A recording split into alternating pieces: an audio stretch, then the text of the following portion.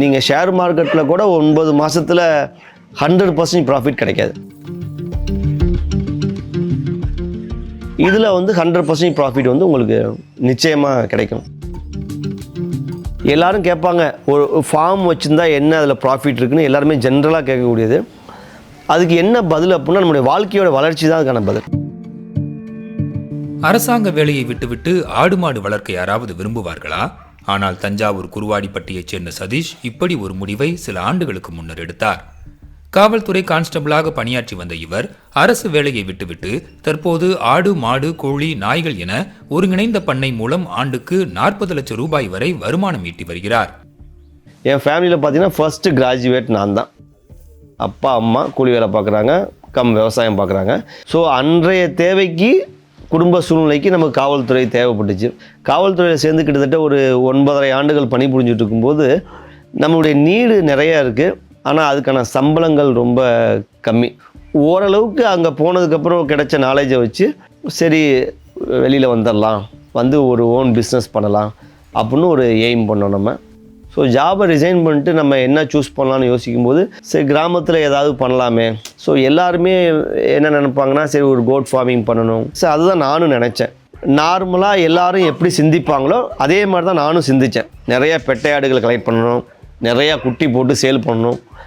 இப்படி எடுத்து நான் பண்ணிகிட்டு இருக்கும்போது கிட்டத்தட்ட ஒரு வருஷத்துக்கு மேலே எனக்கு ப்ராஃபிட்டே இல்லாமல் என் ஃபார்ம் ரன் ஆகிட்டு இருக்கு. 2016 to 18 வந்து ஏண்டா பண்ண ஆரம்பித்தோம்னு ஃபீல் பண்ணேன். தோல்விகளால் சதீஷ் துவண்டு விடவில்லை. காவல்துறை வேலையை துறந்த பிறகு வங்கிக் கடன் உதவியுடன் சிறிய உடற்பயிற்சி கூடம் ஒன்றை தொடங்கிய அவர் அதன் வருவாயை மொத்தமாக பண்ணையில் முதலீடு செய்ய ஆரம்பித்திருக்கிறார்.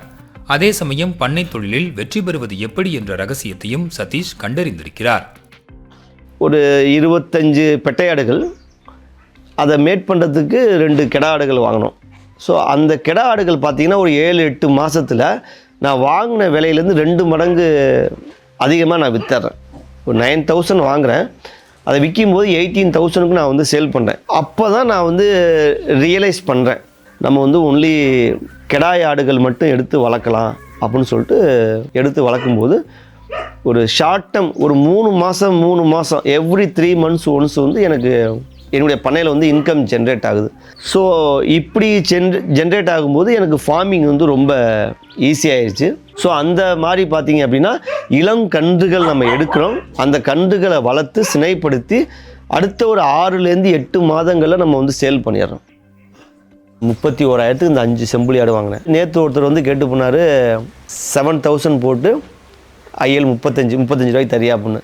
நான் சொன்னேன் 8,000 போட்டு நான் எடுத்துக்கோ அப்படின்னு டிமாண்ட் பண்ணேன். ஸோ இதுதான் பிஸ்னஸ். எனக்கு 8,000 வந்துச்சுன்னா நான் ஏன் அதை 4 மாதத்துக்கு வெயிட் பண்ணணும்? ஃபீடு செலவு மிச்சம்ல. ஸோ எவ்வளவு ஒர்க்கை கம்மி பண்ணி பிஸ்னஸ் பண்ணணுமோ அந்த பிஸ்னஸ் தான் லாங் ஸ்டாண்டிங்கில் வந்து சக்ஸஸ் ஆகிருக்கு. ஆடு விற்பனையில் கிடைத்த வெற்றியின் உந்துதலால் ஒருங்கிணைந்த பண்ணை முறையில் ஆர்வம் காட்டத் தொடங்கிய சதீஷ் கோழி, மாடு, கோம்பை நாய், உடற்பயிற்சி கூடம் என பல திசைகளிலிருந்து வருமானம் ஈட்டினால் மட்டும்தான் தொழிலை அடுத்த கட்டத்திற்கு நகர்த்த முடியும் என உறுதியாக கூறுகிறார். இந்த புரிதல்தான் அவருக்கு கைமேல் பலனை கொடுத்திருக்கிறது.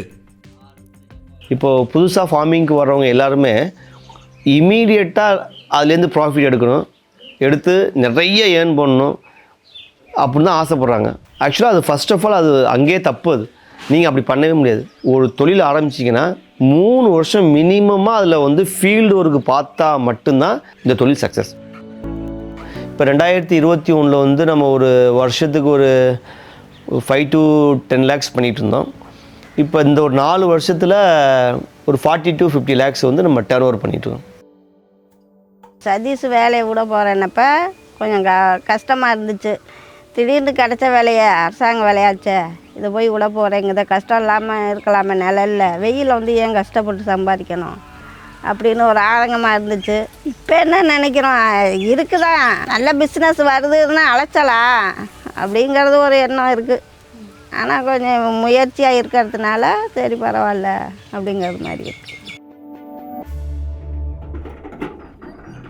தமிழ்நாட்டிலேருந்து ஒரு நாளைக்கு அவ்வளோ ஃபோன் கால்ஸ், ஃபார்ம் எப்படி பண்ணுறது, நான் ஃபார்ம் வைக்கலாமா, என்ன மாதிரி ஃபார்ம் இந்த மாதிரி நிறைய டவுட்ஸ் நிறைய பேர்த்துக்கு இருக்குது. ஃபர்ஸ்ட் ஆஃப் ஆல் எல்லாரும் எல்லா பண்ணையும் வைக்கவே கூடாது. ஒரு பெரிய மாசா லேண்ட் இருக்கவங்க பெரிய இன்டகிரேட்டர் பண்ணலாம். சின்ன சின்ன லேண்ட் இருக்கவங்க ஒரு கண்ட்ரி பவுல்ட்ரி மாதிரியோ இல்லை டாகு மாதிரியோ புறாலாம் நிறையா பண்ணலாம். புறா இந்த மாதிரிலாம் இருக்குது. ஸோ அதனால் நிறைய இளைஞர்களை எடுத்து அவங்களுக்குலாம் நல்லா பயிற்சி வகுப்பு மாதிரி கொடுக்கலாம் ஃப்யூச்சரில் அப்படின்றது ஒரு பெரிய ஐடியா இருக்குது மேடம்.